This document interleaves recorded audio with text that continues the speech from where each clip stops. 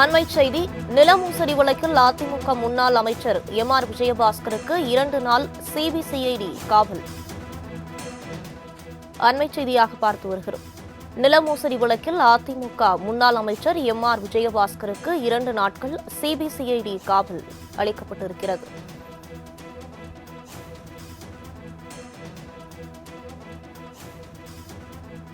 நில மோசடி வழக்கில் அதிமுக முன்னாள் அமைச்சர் எம்.ஆர். விஜயபாஸ்கருக்கு 2 நாள் சிபிசிஐடி காவல் அளிக்கப்பட்டிருக்கிறது.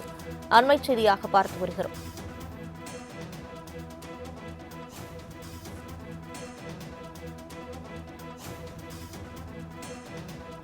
நில மோசடி வழக்கில் அதிமுக முன்னாள் அமைச்சர் எம்.ஆர். விஜயபாஸ்கருக்கு 2 நாள் சிபிசிஐடி காவல் வழங்கப்பட்டிருக்கிறது.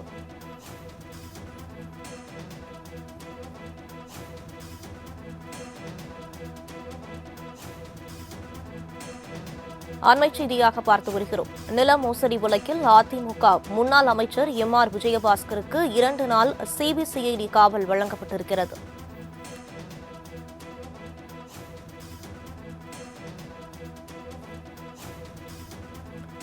நில மோசடி வழக்கில் அதிமுக முன்னாள் அமைச்சர் எம்.ஆர். விஜயபாஸ்கருக்கு 2 நாள் சிபிசிஐடி காவல் அளிக்கப்பட்டிருக்கிறது. இது தொடர்பான கூடுதல் விவரங்களை வழங்குவதற்காக செய்தியாளர் அஜித் இணைப்பில் இருக்கிறார். வணக்கம் அஜித், விவரங்களை பதிவு பண்ணலாம். வணக்கம். கரூரில் முன்னாள் அமைச்சர் விஜயபாஸ்கர் நில மோசடி வழக்கில் சிக்கி தற்போது திருச்சி சிறையில் அடைக்கப்பட்டுள்ளார். இந்நிலையில் இன்று ஜாமீன் கோரி கரூர் மாவட்ட முதன்மை நீதிமன்றத்தில் தாக்கல் செய்திருந்தார். அதற்காக இன்று கரூர் மாவட்ட முதன்மை நீதிமன்றத்தில் முன்னாள் அமைச்சர் எம்.ஆர். விஜயபாஸ்கரை குற்றவியல் முதன்மை நீதிபதி பரத் முன்னிலையில் ஆஜர்படுத்தினர். அப்பொழுது சிபிசிஐடி போலீசார் தாங்கள் விசாரிக்க வேண்டும், தங்கள் காவலில் வேண்டும் என கோரி 4 நாட்கள் கோரிக்கையை வைத்தனர்.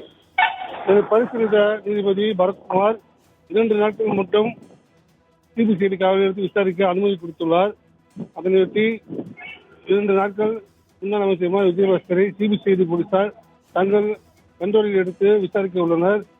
அதையொட்டி ஏற்கனவே முன்னாள் அமைச்சர் எம்.ஆர். விஜயபாஸ்கர் தாக்கல் செய்த ஜாமீன் மனுவை தள்ளி வைத்து உத்தரவிட்டுள்ளார் நீதிபதி. 100 கோடி நில மோசடி வழக்கில் கைது செய்யப்பட்டுள்ள எம்.ஆர். விஜயபாஸ்கர் ஏற்கனவே நீதிமன்ற காவலில் 31 நாட்கள் திருச்சி சிறையில் அடைக்கப்பட்டிருந்தார். தற்பொழுது சிபிசிஐடி போலீசார் அவரை கஸ்டடியில் எடுத்து விசாரிக்க உள்ளனர்.